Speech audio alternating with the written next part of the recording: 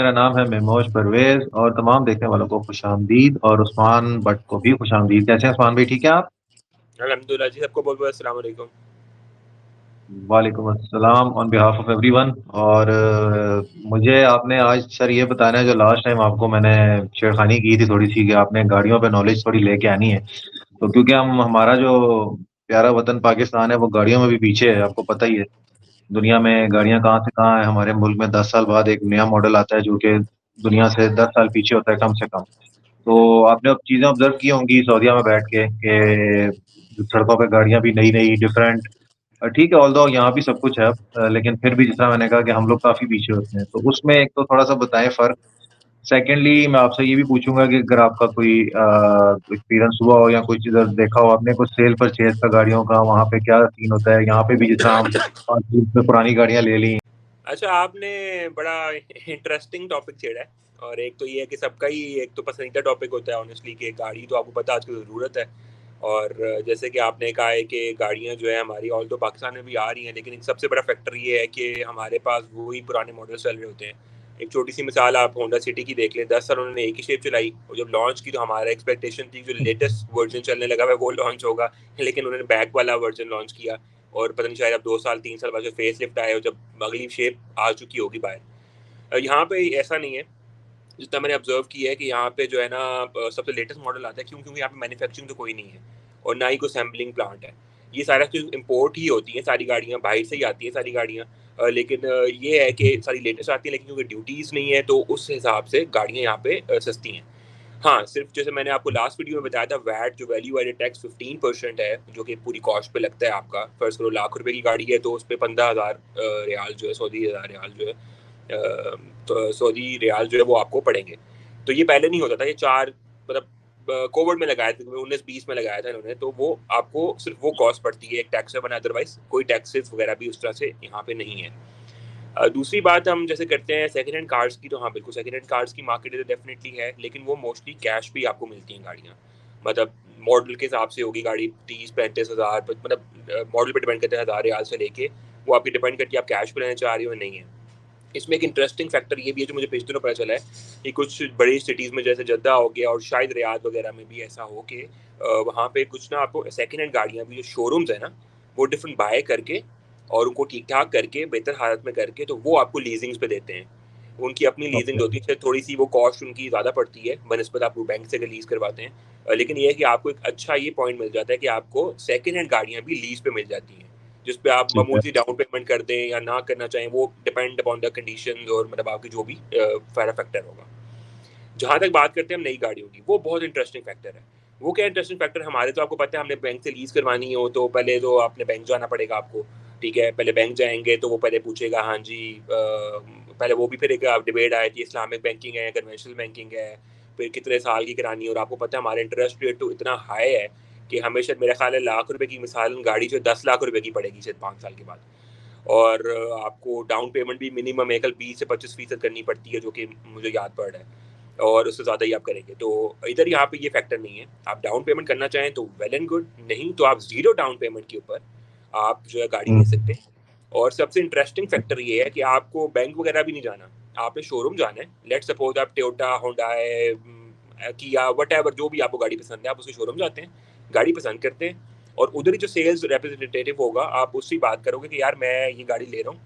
Let's suppose 1,00,000 riyal की गाड़ी है और मैं गाड़ी परचेज करना चाह रहा हूँ और मैं कोई डाउन पेमेंट नहीं करना चाह रहा, और मुझे ना 5 साल की लीज पे चाहिए, 3 साल की लीज पे चाहिए, वट आपकी जो भी है। सो वो क्या करेगा कि वो जो भी उनके साथ बैंक अटैच होंगे, वो उनसे रब्ता करके वो करके आपको उसका पूरा प्लान बता देगा कि हाँ जी, ये सारा प्लान है, आप जीरो डाउन पेमेंट करेंगे, इतनी आपको मंथली इंस्टॉलमेंट पड़ेगी फॉर 5 ईयर्स, और आफ्टर 5 ईयर्स एक टोटल अमाउंट होती है, मतलब वो आपको इकट्ठी देनी पड़ेगी, तो गाड़ी वो आपकी हो जाएगी। आप पूरी कैलकुलेशन कर सकते हो कि मुझे गाड़ी लाख रियाल की गाड़ी कितने की पड़ रही है। ठीक है, तो वो मेरा ख्याल है 10-15 हज़ार रियाल ऊपर पड़ती है, मतलब 10-15% ऊपर पड़ती है, उसमें हमारी इतना 50-50 70-70% ऊपर नहीं गाड़ी पड़ती है। तो और सबसे इंटरेस्टिंग फैक्टर ये है कि आपको कहीं नहीं जाना, ना आपने बैंक हम्म। जाना है, ना आपने जाके कोई डॉक्यूमेंट्स इकट्ठे करके लाने हैं। आपने उसको 2-3 डॉक्यूमेंट्स वो आपसे रिक्वायर्ड मांगेगा। नंबर वन, एक तो मतलब अगर आप नई जॉब लगे हो तो आपको 3 मंथ्स की आपकी कम से कम सैलरी आपकी डिपॉजिट होनी चाहिए अपने अकाउंट में ना।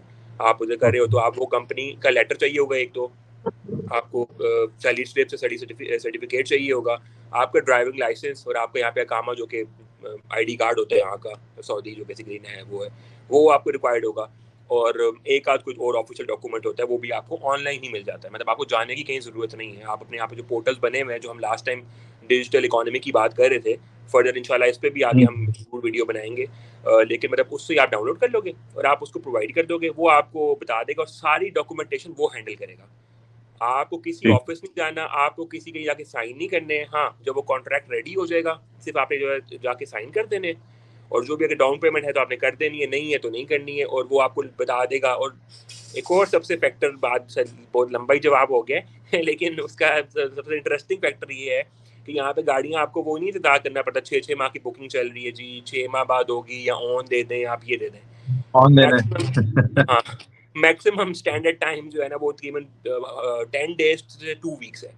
2 वीक्स के अंदर है। गाड़ी आपको मिल जाएगी। और वो भी क्या क्यों टाइम होता है कि लेट्स सपोज आप एक, मैं जैसे अभी अम्बो सिटी में हूँ, तो मैंने गाड़ी कराई तो राइट नाउ उधर अवेलेबल नहीं है, तो वो उनको रियाद से अरेंज करनी पड़ेगी या उनको जद्दा से अरेंज करनी पड़ेगी। तो 2 से 3 दिन तो जारी बात है वो बैंक के साथ डॉक्यूमेंटेशन में लग जाएंगे, और 2-3 दिन उनको अरेंज करने में और 3 से 4 दिन आने में लग जाएंगे। तो वो स्टैंडर्ड प्रोसेस है, 10 से 12 डेज के अंदर गाड़ी आपको मिल जाती है।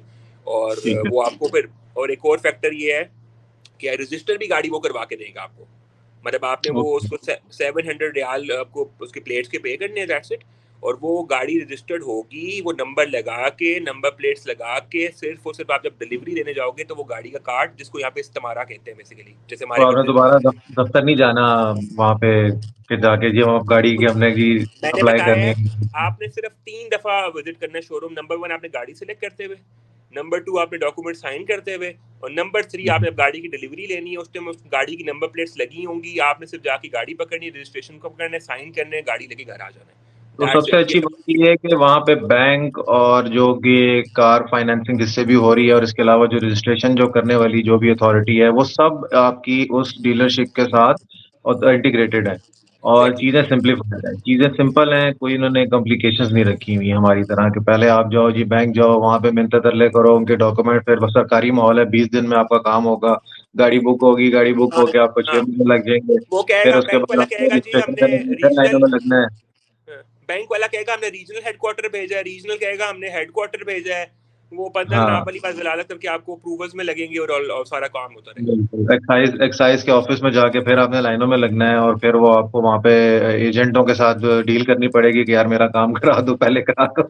वहाँ अलग चल रहा होगा, तो वो वाला सीन वहाँ नहीं है, आपका सब कुछ इंटीग्रेट एक ही अच्छा, जगह एक पे चीज, होगी। अगर पुरानी पुरानी गाड़ी की हम बात करें, मुझे एक और पॉइंट याद आया कि आप पुरानी गाड़ी लेते हैं ना, तो उसका भी जो ट्रांसफर ऑनरशिप का प्रोसेस है ना, वो भी बहुत इंतहाई सिंपल है। मतलब लेट्स सपोज मैंने, आपने गाड़ी बेची, मैंने खरीदी है ना, मैं और आप लैपटॉप पे बैठेंगे, ठीक है, हम्म। और ऑनलाइन ही हम वो उस टाइम ही बैठ के जो है ना, बस वो करके तो ऑनलाइन आप ही हमारी गाड़ी ट्रांसफर हो जाएगी। मतलब उसके लिए भी हमें कहीं जाना नहीं पड़ेगा किसी ऑफिस के अंदर, या स्टाम्प पेपर, वो एजेंटों वाले धक्के जो है वो नहीं करने पड़ेंगे।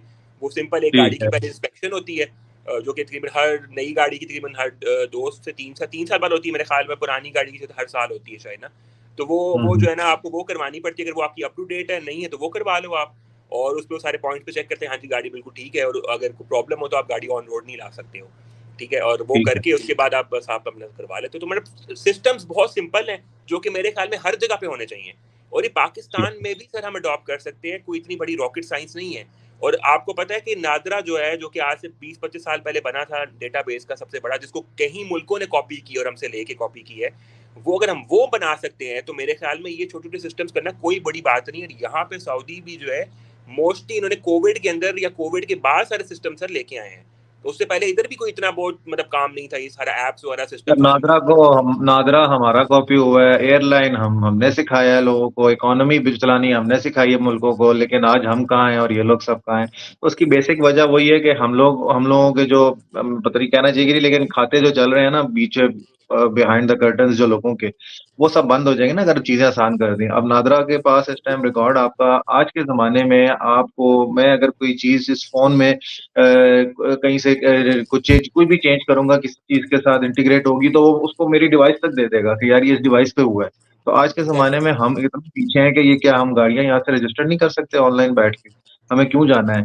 हमें क्यों बैंकों के चक्कर लगाने हैं? क्यों डॉक्यूमेंट चाहिए? सब कुछ ऑनलाइन एग्जैक्टली। हो। एग्जैक्टली तो एग्जैक्टली बिल्कुल। इस चीज में हम बहुत ही को लैग कर रहे हैं, मतलब दुनिया से हम बहुत, मतलब अगर हम देखें वाकई में कि जिस मुल्क में भी जाओ वो हमसे 5 7 10 साल आगे ही होते हैं, तो शायद बिल्कुल इससे भी ज्यादा ही होते हैं। हम तो पता नहीं कब हम लोग ग्रो करेंगे। तो मेरे ख्याल में अगर आपने कुछ ऐड करना है, नहीं तो फिर इसको हम एंड नहीं, करते हैं, बस अगर मैं कुछ ये में और कहना चाह रहा था कि यार हम बस देखें, लोग जो कहते हैं ना कि ब्रेन ड्रेन हो रहा है और लोग बाहर जाने लगे हैं सर, वो देखें सर, सबसे बड़ी चीज़ दो तीन चीज़ें होती हैं। नंबर वन सिक्योरिटी, और नंबर टू आपको ये सारी जो है ना ease of doing things.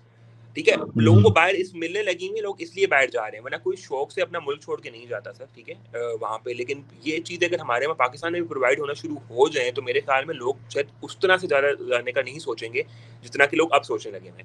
Sir बाकी आपके हमारे साथ मुल्क कोई में तो पासपोर्ट 2 महीने तक नहीं आ रहा, 3 3 महीने तक। आपने भी ये चीज फेस की है मेरे ख्याल में, तो इससे ज्यादा हम क्या कह सकते हैं कि मतलब एक मेरे सिंपल एक ख्याल में डॉक्यूमेंट। इंशाल्लाह ये दो तीन जो है ना बड़े इंटरेस्टिंग किस्म के हमारे टॉपिक्स हैं इस पे, ये जो पासपोर्ट और ब्रेन ड्रेन वाला इंशाल्लाह हो गया, और डिजिटल सारे जो हमारे यहाँ पे सिस्टम्स यूज हो रहे हैं उसको लेते हुए, और सारा जितना भी बाकी सारा कुछ सिस्टम है इंशाल्लाह इस पे भी जरूर हम वीडियो बनाएंगे और अपने इंशाल्लाह नाजरीन को डिजिटल जो चीजों इसमें पे आगाह आप जरूर करेंगे। कुछ ना कुछ और एक्सप्लोर करें तो हमसे शेयर करें लाजमी। इंशाल्लाह इंशाल्लाह इंशाल्लाह। ठीक है, तो चलें, बहुत शुक्रिया आपका उस्मान वक्त का, और आपका भी शुक्रिया, और तमाम देखने वालों का भी शुक्रिया, और तमाम देखने वालों से रिक्वेस्ट है कि चैनल को सब्सक्राइब करें और वीडियो को लाइक और शेयर जरूर कीजिए। अपना ख्याल रखें। अल्लाह हाफ़िज़। Thank you.